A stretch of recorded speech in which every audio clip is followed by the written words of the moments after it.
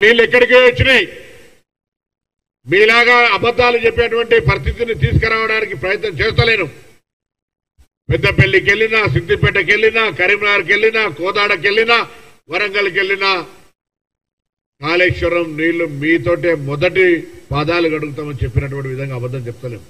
నేనేం వేరే జాదు మంత్రం కాదు కదా, డైరెక్ట్ వారణదేవుడికి ఒక రిక్వెస్ట్ చేసి మల్లన్న సాగర్ 2 నెలల మాత్రమే వర్షం పడమని చెప్పడానికి నేచురల్. నేనేమంటున్నా, నేను కూడా ఇప్పుడేమనలే ఇది కాళేశ్వరంలో అంతర్భాగం కాదనేటువంటి మూర్ఖుణ్ణి కాదు, కానీ ఇవి కాళేశ్వరం నీళ్లు కాదు అనేంత ధైర్యం కూడా నా దగ్గర ఉంది. చర్చకు కూడా నేను జవాబు చెప్పగలిగేటువంటి శక్తి నా దగ్గర. నేను ఇంజనీర్ కాకపోయినా సోషల్ ఇంజనీరింగ్ లో నేను చదువుకున్నటువంటి రైతు బిడ్డగా నీళ్ళు ఏడు నుంచి వస్తాయి, ఎట్లా వస్తాయి, ఏడుకే జరిగింది ప్రాజెక్టు, ఆ జిల్లా బిడ్డగా జిల్లాలో ఉన్నటువంటి ఇరిగేషన్ ప్రాజెక్టుల యొక్క స్వరూపం మొత్తం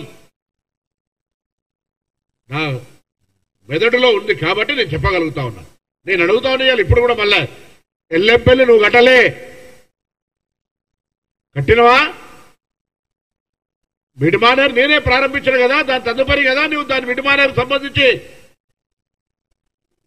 ఆగిపోయిన పనులు పూర్తి చేసిన మాత్రాన్ని నువ్వే దాని రూపకల్పన చేసినా ఎట్లా చెప్పుకుంటావు? నేను ముఖ్యమంత్రి గారిని ఒకటే అంటా ఉన్నా, ఎక్కువ కాలం ఇట్లా డ్రామాలతోని, అటెన్షన్ డైవర్షన్ గేమ్లతోని ఎక్కువ కాలం రాజకీయం నడవదు, ఎక్కువ కాలం ఇదే రకమైన దిక్కుమాలిన కార్యక్రమాలు నడవవు. మీరు గమనించండి, 9 నెలల్లో ఏం జరుగుతున్నది రాష్ట్రంలో జాగ్రత్తగా ఆలోచించండి. ఎన్ని మాటలు చెప్పిండ్రు ముసలోళ్ళకి, పెద్ద మనుషులకి. కేసీఆర్ 2000 ఇస్తున్నాడు, మేము 4000 ఇస్తాం. కేసీఆర్ అవ్వకిస్తున్నాడు లేదా తాతకిస్తున్నాడు, నేను ఇద్దరికీ ఇస్తా.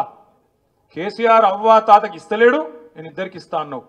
ప్రభుత్వ ఉద్యోగులుంటే వాళ్ళ తల్లిదండ్రికి కూడా నేను పెన్షన్ ఇస్తా అని చెప్పినావు. ఇలా ఒక్క పెద్ద మనిషికి రాష్ట్రంలో, ఒక్క అవ్వకు, ఒక్క తాతకు 4000 రూపాయలు వచ్చిందా? 4000 కాదు, ఆ 2000 దిక్కులేవు. జనవరి నెలది ఎగ్గొట్టిండు, ఆగస్టు నెలది కూడా ఎగ్గొట్టిండు. ఆ రకంగా పెద్ద మనుషులను మోసం చేసిండు. రాష్ట్రంలోని రైతులకు చెప్పిండు ఈ మొనగాడు. ఏం చెప్పిండు? మీరు నాకు ఓటేయండి, నేను గద్దెనెక్కిన మరుక్షణమే సోనియా గాంధీ గారి బర్త్డే డిసెంబర్ 9 నాడు వెంటనే సంతకం పెడతా, 2 లక్షల రుణమాఫీ చేస్తా అని చెప్పిండు. మరి ఇవాళ రాష్ట్ర వ్యాప్తంగా రైతులు ఉడికిపోతా ఉన్నారు, రగిలిపోతా ఉన్నారు. 49,000 కోట్ల రుణమాఫీ ఇవాళ 11-12 వేల కుదించి అందరికి అయిపోయిందని చెప్పి ముఖ్యమంత్రి గారు తప్పించుకునే ప్రయత్నం చేస్తా ఉన్నాడు. రైతులు ఏం చేస్తున్నారు? వాళ్ళ పొలాల్లో నిలబడి సెల్ఫీలు దిగి, ఇగో ముఖ్యమంత్రి నాకు కాలేదు రుణమాఫీ అని చెప్పి ఇవాళ గ్రామాన రైతులు సెల్ఫీ ఫోటోలు పెట్టి చేతనైతే షరతులు లేకుండా రుణమాఫీ చేయమని చెప్పి రైతులు నిలదీస్తా ఉన్నారు. కేసీఆర్ గారు బిచ్చమేసినట్టు 10,000 ఇస్తున్నాడు, రైతు బంధు నేను 15,000 ఇస్తా అన్నాడు. ఇప్పుడు ఆ 10,000కే దిక్కులేదు, ఆ 10,000కే దిక్కులేదు. రైతు బంధు కాదు, రైతు భరోసా అన్నాడు. రైతు భరోసా కాదు, ముఖ్యమంత్రి కుర్చీకే భరోసా లేదు. ఎప్పుడు వీక్తాడో, ఎవడు వీక్తాడో, నల్గొండ బాంబా, ఖమ్మం బాంబా, ఆ భయంలోనే బతుకుతున్నాడు 9 నెలల నుంచి తప్ప రైతు భరోసా లేదు. ముఖ్యమంత్రి కుర్చీకే భరోసా లేని పరిస్థితి. ఆడపిల్లల పెళ్లిలకు డైలాగ్ కొట్టిండు. కేసీఆర్ 1,00,000 రూపాయలు ఇస్తున్నాడు, నేను తులం బంగారం ఇస్తా అన్నాడు. మరి నేను అడుగుతా ఉన్న ముఖ్యమంత్రి గారు, బతుకమ్మ పండుగ వస్తున్నది, ఇంకొక 10 రోజుల్లో బతుకమ్మ పండుగ వస్తున్నది. నీకు నిజంగా ఆడబిడ్డల మీద ప్రేమ ఉంటే ఇప్పటికే 4-5 లక్షల పెళ్లిళ్ళు అయినాయి నీ ప్రభుత్వం వచ్చినాక 9 నెలల్లో. మరి ఆ 4-5 లక్షల మంది ఆడబిడ్డలకు కూడా తప్పకుండా తులం బంగారం చొప్పున వెంటనే ఇయ్యాలి. దాంతోపాటు ఈ పథకం కూడా వెంటనే ప్రారంభించాలని చెప్పి కూడా నేను డిమాండ్ చేస్తా ఉన్నా. ఇట్లా ఒక్కటి కాదు, తమ్ముళ్ళకి చెప్పిండు, చెల్లెళ్ళకి చెప్పిండు, చదువుకున్న పిల్లలకి.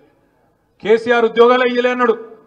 1,60,000 ఉద్యోగాలు ఇచ్చి 95% మందికి స్థానికంగా ఉండే పిల్లలకు రిజర్వేషన్ తీసుకొస్తే ప్రభుత్వ ఉద్యోగాల్లో మీకు ఇయ్యలేదు అని చెప్పి నమ్మించి, ఒక అబద్ధాన్ని 100 సార్లు చెప్పి అదే నిజమన్నట్టు నమ్మించి ఆఖరికి 2 లక్షల ఉద్యోగాలు ఇస్తాం మొదటి సంవత్సరంలో అని చెప్పిండు.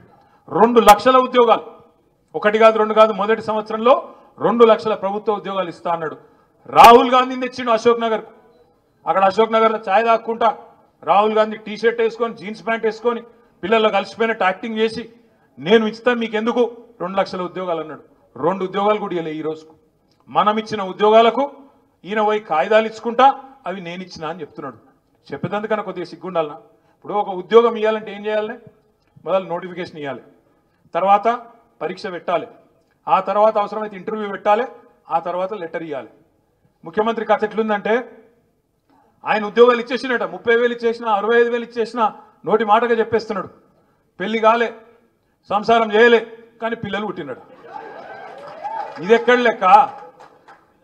నోటిఫికేషన్ ఇవ్వలే, పరీక్ష పెట్టలే, మరి ఉద్యోగం ఎడికెళ్ళి ఇచ్చినామంటే చెప్పడు, చెప్పవా అంటే చెప్పడు.